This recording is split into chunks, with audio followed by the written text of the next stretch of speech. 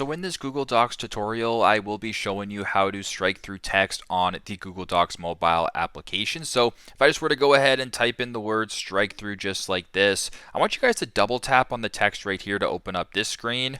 Once that is done, I want you to go to the bottom, this middle bar right here, all the way on the far right, press the A with the underline.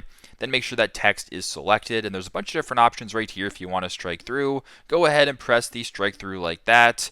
And then you can go ahead and undo it if you want. Now, if you only want to specify certain areas to strike through, so let's just say, you have strike through like this and you want to undo the entire thing, you can double tap it, go back to the same thing.